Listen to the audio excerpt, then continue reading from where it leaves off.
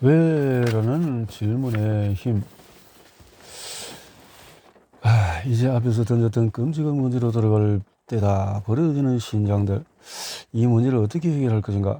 믿거나 말거나 말도 안 된다고 느껴질 때 간단한 해법이 있다. 너무도 간단한 나머지 미드의 장지연 지안이라는 연구자가 찾아낼 때까지 완전히 간과가 있었던 해법이다. 대기열에서 신장을 기다리는 사람은 신장을 거부할 때 왜 거부하는지 그 이유를 밝히도록 규정을 바꾼 것이다. 저는 다른 데로 여행을 하고 있습니다. 심각한 감기에 걸렸네요. 신장이 충분히 잘 맞지 않아요. 뭐 이런 것들. 이렇게 아주 작은 정보를 추가하는 것만으로도 대기열했던 사람들은 보다 현실을 잘 파악하면서 결과적으로 더 나은 개인적인 선택을 낼 수 있게 되었다. 이렇게 우리는 완벽하게 좋은 신장을 확보하고 그것을 집단 착각의 제물로 바치는 어리석은 행태를 멈출 수 있게 된 것이다. 게다가 이 해법은 신장이식 대기열에만 작용할 수 있는 것이 아니다. 왜? 라고 묻는 것은 우리를 그 어떤 연쇄 반응의 위험으로부터도 벗어나게 해주는 간편한 다목적인 도구다. 이 간단한 질문 하나는 우리가 다른 사람들의 의견을 따르기 위해서 우리가 개별적으로 지니고 있는 지식을 포기하지 않아도 되게 해준다. 그런 힘을 지닌 것이 바로 왜라는 질문이다. 더대 오히려 필요에 따라서 우리의 시각을 다른 사람들의 것과 연관하면서 더 나은 정보를 얻고 궁극적으로는 더 나은 결정을 스스로 내릴 수 있게 해준다. 사람들은 왜라는 질문의 형식이 나쁘다고 지적한다. 사실 그렇게 직접적으로 물어보면 공격적으로 받아들일 사람이 있을 것처럼 보이기도 한다. 그러나 현실은 그렇지 않다. 사람들은 자신의 의견과 선호를 두고 그 이유에 대해서 남들과 이야기하는 것을 사실은 좋아한다. 하버드 대학에서 진행한 연구에 따르면 우리는 서로 관점을 교환할 때 본능적으로 만족을 느낀다. 심지어 낙태에 대해서 어떻게 생각하세요? 같은 민감한 주제에 대해서도 그렇다. 그저 누군가로부터 질문을 받고 서로 견해를 교환하는 것만으로도 대화 참여들 사이에는 호감이 생긴다. 가족이나 가까운 친구와 가장 최근 나눴던 대화를 올려보자. 무슨 이야기를 했는가? 대화가 끝난 후에 어떤 기분이 들었는가? 통계적으로 볼 때 우리는 전체 대화 중에서 40% 정도를 본인의 기분이나 경험을 공유하고 토론하는 데 사용하며 상대방 또한 마찬가지다. 일단 대화의 균형이 잘 맞았고 누구 한 사람이 전화통을 붙들고 혼자만 떠들지 않았다고 해보자. 그럴 때 우리는 기분 전환이 된 것 같은 상쾌한 느낌과 함께 다른 사람과 연결되어드는 행복감을 맛본다. 실제로 우리는 자기 자신에 대해서 어떤 사람과 대화할 때 마치 돈이나 음식 등 객관적인 보상을 얻을 때와 다를 바 없는 만족을 느낀다. 그러니 다양한 소셜미디어 플랫폼에 올라오는 내용 중의 사람들의 개인적인 생각이나 경험담을 담은 것이 무려 80%에 따르는 것은 전혀 놀랄 일이 아닌 것이다. 과학자들에 따르면 우리는 두뇌에는 실제로 개인적인 정보를 노출하고자 하는 신경회로가 자리 잡고 있다. 사생활과 개인적인 정보를 한 조각씩 노출할 때마다 우리의 뇌에서는 보상기제가 작동하면서 우리의 몸에 순수한 기쁨을 안겨준다. 말하자면 우리는 불안하거나 긴장해서 속에 있는 것들을 쏟아내는 게 아니다. 우리는 본능적으로 속마음을 꺼내도록 만들어진 존재들이다. 이러듯이 개인적인 정보를 공유하는 경향은 우리를 인간으로 만드는 데 일정 정도 기여했을 뿐 아니라 우리 인류가 장기적으로 생존해 온 것에 도움을 주었다. 궁극적으로 볼 때 왜라고 묻는 일에는 너무도 많은 장점이 있기에 실질적인 단점이 없다. 왜냐? 왜라는 질문은 사회적인 접촉을 길어질 뿐만 아니라 집단 착각의 연쇄가 벌어질 가능성을 조기에 차단하고 건드려준다. 만약에 누군가가 자신의 생각의 행동에 대해서 제대로 설명하지 못하면서 그저 왜냐하면 그건 원래 그런 거고 그래서 그런 거니까 이 소리나 하고 있다면 그는 그저 무리를 따라 집단 착각에 빠질 위험에 처한 것이다. 왜? 라는 질문은 무지의 장벽을 걷어낸다. 다른 사람의 행위와 주장의 이면에 무엇이 있는지 드러내어 보내준다.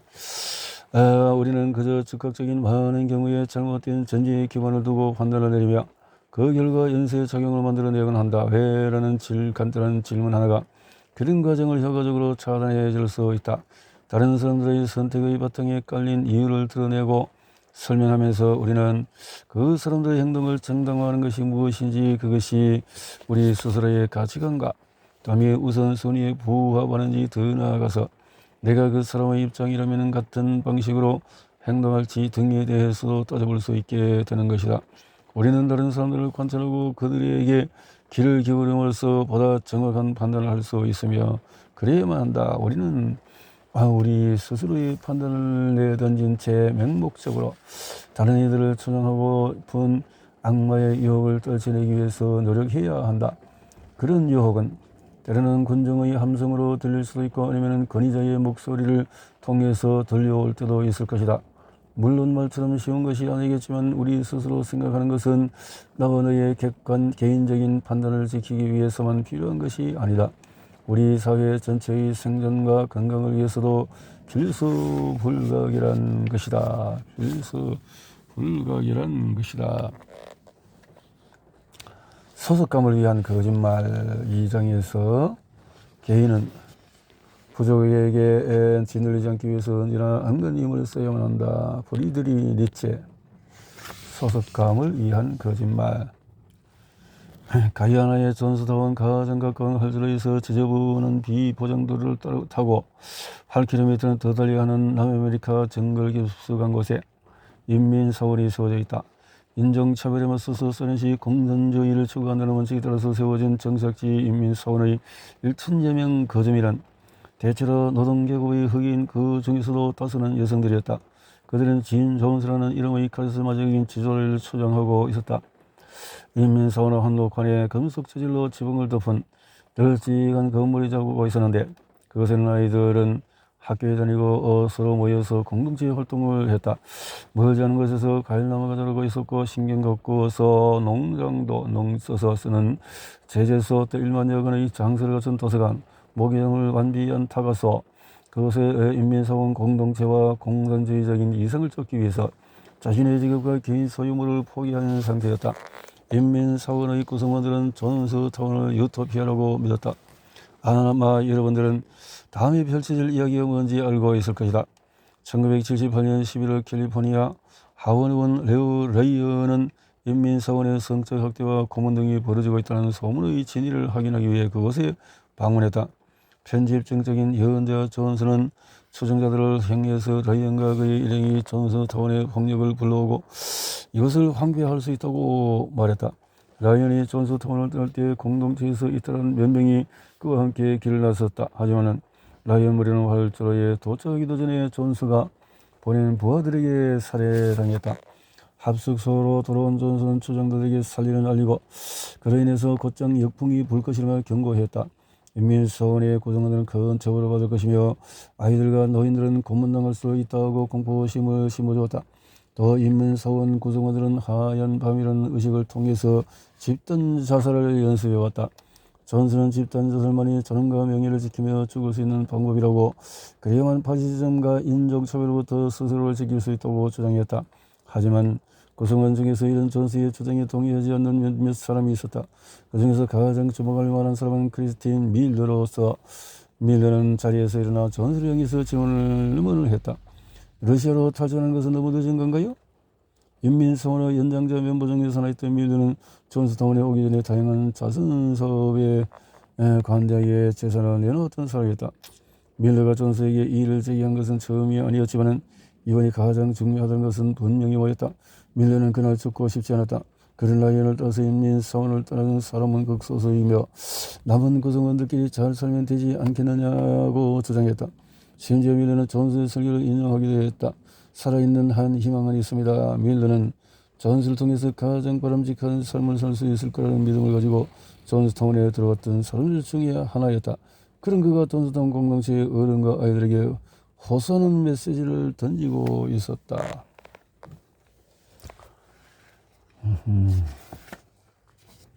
밀러의 논리는 상식적이고 확고했다. 그는 존스에게 세뇌된 수천여 명과 맞서 싸웠지만 그들은 부활을 믿으며 존스가 파놓은 죽음의 수렁으로 걸어 들어가고 있었다. 만약에 밀러의 말에 동조하는 이가 나타났다면 어쩌면 밀레는 전서 걸어놓은 사악한 주문을 깰 수 있었을지도 모르겠다. 하지만 밀레의 말은 사람들에게 일정의 반역으로 받아들여지고 말았다. 전서의 보디가드와 몇몇 사람들이 목청을 높이기 시작하자 밀레의 목소리는 곧 묻혀버리고 말았다. 전서의 옹호자들 중에서 일부는 전서를 향해 외쳤다.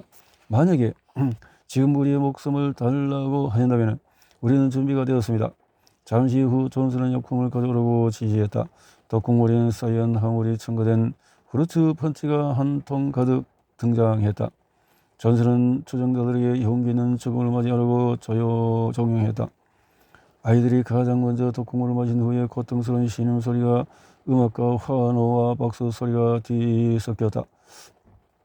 얼마나 많은 사람들이 자발적으로 독약을 마시는지, 얼마나 많은 사람들이 독약을 마시도록 강요받았는지, 혹은 조사하기로 또 강제 주입받았는지 확실한 숫자는 알 수 없다.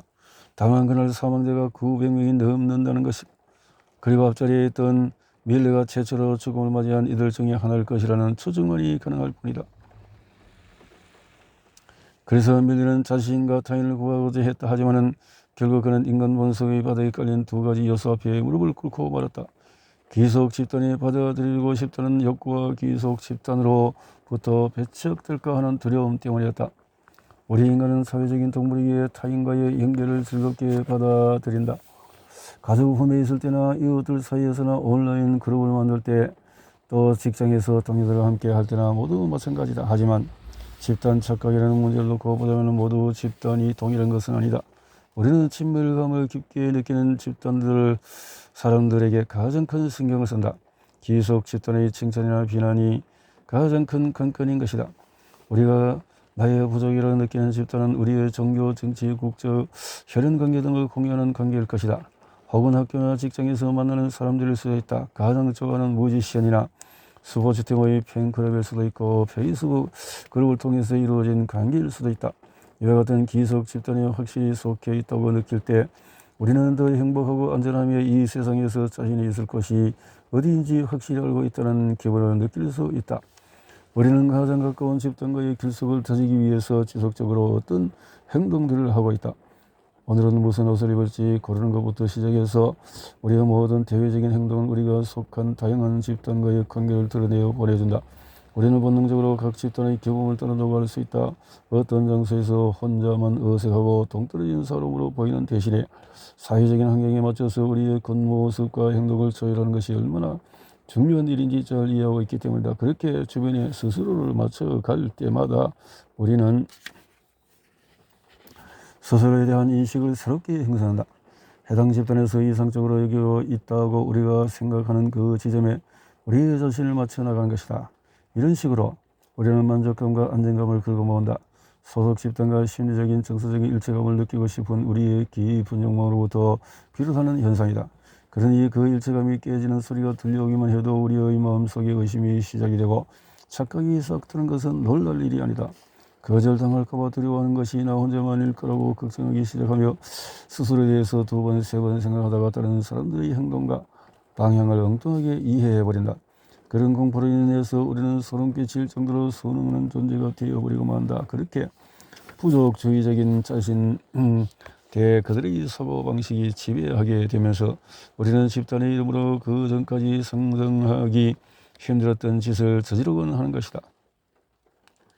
실제로 적당한 조건 하에서 부족한 개인을 아주 강하게 견인한다. 내가 정체성의 함정이라고 부르는 것이 작동하면서 우리는 자신만의 가치관을 저버린 채 개인적으로 지지하지 않는 신념의 편에 서기도 하며 결국에는 알고 보면 나와 같은 생각을 하고 있을 사람들에게까지 피해를 끼치고 마는 것이다. 포기할 수 없는 소속감. 우리는 탄생 직후 어머니와 연결된다. 그리하여 절대적인 안녕을 보장받는다. 만약 아기들이 보호자와 유대관계를 형성하지 못한다면 아기들은 제대로 자라지 못할 것이다. 쉽게 말해서 죽는다는 뜻이다. 애착장애는 어린 나이에 버림받은 고아들의 심리와 행동에 너무나도 자주 다양한 문제가 발견되는 이유를 설명해준다. 진화적인 관점에서 볼 때 무리에 속하고자 하는 이러한 갈망은 사람들이 서로 협력하고 보호하도록 도와줌으로써 우리 종의 생존과 번영에 기여했다. 제한된 자원을 놓고 경쟁할 때 개인이 아니라 집단을 이룸으로써 우리는 보다 쉽게 수적인 우위를 누릴 수 있게 된 것이다. 생존 차원에서 우리의 몸은 어딘가에 속하는 것을 갈망하도록 내과학적으로 진화해왔다. 타인과 연결되어 있다고 느낄 때 우리의 뇌에서는 옥시토신이 분비된다. 옥시토신은 가족으로부터 출발하는 수많은 공동체에 대한 사랑의 감정을 증폭시켜주는 호르몬이다. 또한 옥시토신은 나 자신보다도 공동체와 구성원들의 이익을 앞세우도록 해줄 뿐만 아니라 만약 필요하다면 다른 이들로부터 우리 집단을 보호하도록 이끌어준다. 2015년 수행된 한 연구에 따르면 옥시토신을 투여한 실험 참가자들은 그렇지 않은 이들에 비해서 소속 집단 구성원들의 실수를 너그럽게 용납하는 경향을 보이는 것으로 드러났다. 연구 수행자들은 옥시토신 투여의 효과에 대해서 이렇게 결론을 내렸다. 옥시토신은 기속 집단을 향한 편애주의 같은 편을 위한 거짓말, 기속 집단의 복리를 위한 값비싼 헌신과 기여, 기속 집단의 선호를 향한 순응, 외부 자가 가하는 위협에 대한 공격적인 모호 기제 등을 촉진한다. 다른 식으로 표현하자면 옥시토신은 우리가 개인적으로 선호하지 않는 입장에 순응할 가능성을 높이거나 적어도 일시적으로 따르게끔 한다. 옥시토신이라는 행복 호르몬을 보상으로 얻기 위해 우리는 우리의 관계에 도움이 되는 행동에 우선순위를 두게 되는 것이다. 우리는 설령 근거가 매우 희박하거나 사소하다 해도 공감대를 찾고자 하는 경향이 있다. 어딘가에 소속되어 있다는 혹은 우리가 관심을 갖는 이들에게 존중받고 있다는 그 따스한 기분 때문만으로도 우리는 공동체가 기대하는 방향으로 기울고 마는 것이다. 이미 고전의 반열에 올라있는 존 휴즈의 1985년 영화 조찬 클럽은 이런 기속감이 무엇인지 그리고 종종 그로 인해서 회생하게 되는 것이 무엇인지에 대한 통찰을 안겨준다. 영화는 휴일에 학교에 나와서 하루 종일 갇혀 있어야 하는 이런저런 고등학생들의 모습을 보여주기 시작한다. 몸이 건조한 도서관에 각자 자리를 잡고 앉은 학생들은 내가 생각하는 나는 누구인가라는 주제의 에세이를 쓰라는 지시를 받는다. 이 시점에서 관객들은 이미 이 영화의 주인공 5명을 모두 소개받은 상태다. 그 학생들은 각각 전형적인 인물형을 띠고 있다.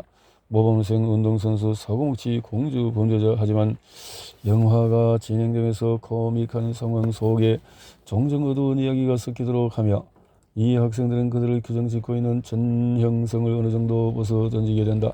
운동선수는 자신이 나약한 존재일지 모른다는 두려움을 고백하고 공주는 자신의 삶을 증오한다는 말을 털어놓게 되며 공부벌이는 최근에 자살을 시도한 적이 있다는 것을 인정하고 만다. 또 범죄자는 공부벌이의 바지에 대마초를 숨겨서 구사 일생으로 위기를 모면한다. 그 뒤를 잇는 결속의 순간 학생들은 모두 함께 대마초를 피우며 마음의 짐을 내려놓은 채 연기로 가득 찬 도서관에서 춤추고 웃는다. 결국 이렇게 결성된 조찬 클럽은 그 후로도 매주 토요일마다 모임을 갖기로 하고 과지로 내려진 에세이에는 이렇게 도발적인 내용을 써내려가는 것이다.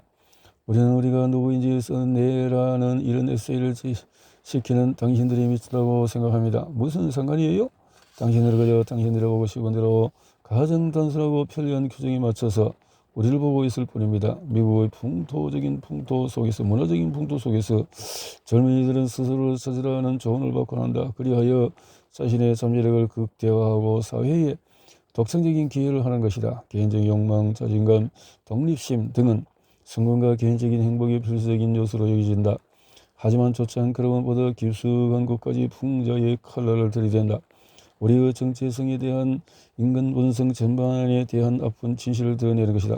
개인으로서의 자신에 대해서 말하는 것으로 너는 누구냐라는 질문에 답하기에는 충분치 않다. 내가 속한 집단이 어디인지 이야기해야만 하는 것이다. 우리는 우리와 비슷한 관점으로 세상을 보고 비슷한 믿음을 지니는 이들에게 자연스럽게 끌리는 경향이 있다. 18세기 도덕철에서 애덤 스미스에 따르면 우리는 어떤 특정한 정신적인 조화를 찾고자 한다. 의견을 공유하는 사람들과 시간을 보내면 집단적인 정체성이 강화되고 신뢰, 협조, 평등, 생산성이 튼튼해진다. 소속 집단과 현실을 공유함으로써 우리는 공통의 관점을 형성할 뿐만 아니라 비슷한 감정 및 세계관까지 갖게 된다. 이는 우리의 핵심적인 가치관을 함양하며 우리 자신에 대한 믿음을 키우는 데 도움을 준다.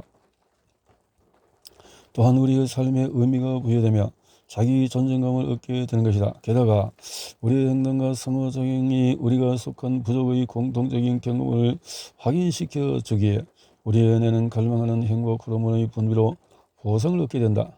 자기인식이라는 우리가 지닌 고유한 특성과 함께 우리가 속한 기속 집단의 감각이 결합되어 만들어지는 것이다. 사실 우리의 개인적인 정체성은 우리의 사회적인 정체성과 너무나 깊숙이 결부되어 있으며 그래서 우리는 뇌는 그 둘을 따로 떼어놓지 못한다. 누군가를 MRI 스캔에 올려둔 채 스스로에 대해서 설명해 보려고 할 때와 자신이 가장 가까운 기속감을 느끼는 집단에 대해서 이야기해 보려고 할 때 내 신경을 들여다보면 사실상 같은 부분이 자극되는 것을 확인할 수가 있다. 어딘가에 속하고자 하는 욕망이 우리가 저항할 수 없는 이유를 설명해주는 실험이라 하겠다. 이게 전부가 아니다. 우리는 본인의 개인적인 경험에 기반을 두고 입장을 정하기 전부터 특정한 관점에서 정서적인 선호를 드러내거나 호감을 느낀다. 이런 상황에서 선행 편향이 곧잘 작용한다. 기속 집단에서 이미 확립되어 있는 결론을 강화하는 것에 불과한 증거를 찾아내기 때문이다. 또한 이렇게 공유하고 있는 감정이 클수록 우리는 자신이 생각하는 기속 집단의 관점에 순응하기를 원하게 마련이다. 이미 특정 기속 집단에 시간과 에너지, 믿음을 투입한 다음이라면, 그래서 그 소속감이 우리의 정체성 중에서 일부를 구성하게 되었다면 그 집단의 관점을 우리는 기꺼이 보호하고자 한다. 고통을 무릅쓰고라도 집단적인 관점을 강화하려고 하는 것이다. 기속 집단 바깥에 있는 이를 향해서 더 적대적으로 대할 수 있게 되는 것은 물론이다. 우리는 기속 집단의 경쟁자가 패배하는 것을 볼 때 실제로 즐거움을 느낀다. 신경과학적으로 확인된 사실이다. 프린스턴 대학교의 연구자들이 수행한 연구에서 보슨 레드삭스와 뉴욕 양키스의 열혈 팬들은 fMRI 스캐닝을 받으며 자기 팀의 경기를 보았다. 좋아하는 팀의 선수가 훌륭한 플레이를 할 때 그들의 뇌에서는 보상체계가 작동했는데 이건 그다지 놀랄만한 일이 아니었다. 하지만 상대팀의 선수가 실책을 범할 때에도 같은 신경회로가 작동하는 것이 관찰되었다. 어떤 기속 집단의 소속감을 갖는 사악한 부작용이 하나 있다면 그것은 경쟁 집단의 실패를 보며 매우 큰 즐거움을 느끼는 것일 수 있는 것이다. 기속 집단을 향한 인력이 이렇게 크고 강력한 것처럼 그보다도 큰 힘이 존재할 수가 있다. 집단에서 쫓겨나는 것에 대한 공포가 바로 그것이다. 우리의 사회적인 정체성은 우리의 부족과 너무도 긴밀하게 연결되어 있기에 부족에서 추방당하는 것은 죽음의 키스처럼 느껴질 수밖에 없는 것이다. 우리가 충분히 주의를 기울이지 않는다면 그 공포는 우리를 집단 착각 중에서도 가장 최악의 집단 착각에 빠져들게 하며 심지어는 우리를 그 공범으로 만들어 버릴 수도 있다.